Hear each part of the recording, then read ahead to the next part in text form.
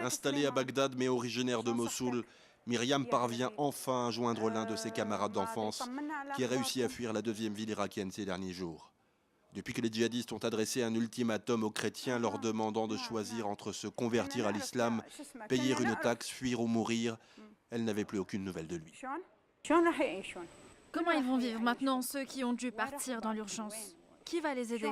Où vont-ils loger? Comment?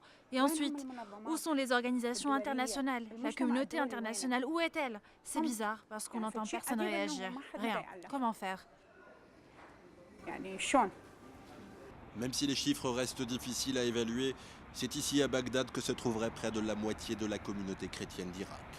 Une communauté rompue à l'exil depuis des décennies et qui scrute avec terreur chaque avancée des combattants djihadistes en route vers la capitale.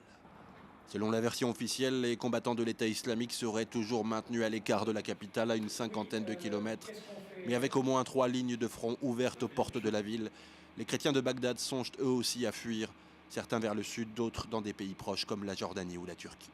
Ils pensent aujourd'hui, surtout les chrétiens, qu'est-ce qu'on fait? On va où? Parce qu'on va vers le sud, je ne sais pas, vers Bassora ou autre. Qu'est-ce qu'on fait? On reste, parce que ce qui s'est passé à Mossoul pourrait l'être aussi à Bagdad. Des familles qui, à Bagdad comme à Mossoul, craignent en prenant la fuite de mettre fin à plus de 1500 ans de présence chrétienne.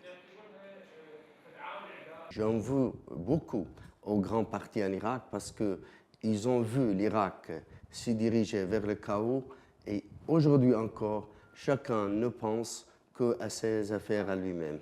Dans d'autres pays, quand on parle d'un gouvernement, il y a un gouvernement. Là, ce n'est pas vrai en Irak, il n'y a pas un gouvernement. Face aux exactions des djihadistes qui souhaitent imposer un califat à cheval entre la Syrie et l'Irak, les chrétiens se sentent abandonnés de tous et notamment de Nouri el-Maliki, qu'ils accusent de ne rien faire pour les protéger et éviter leur disparition.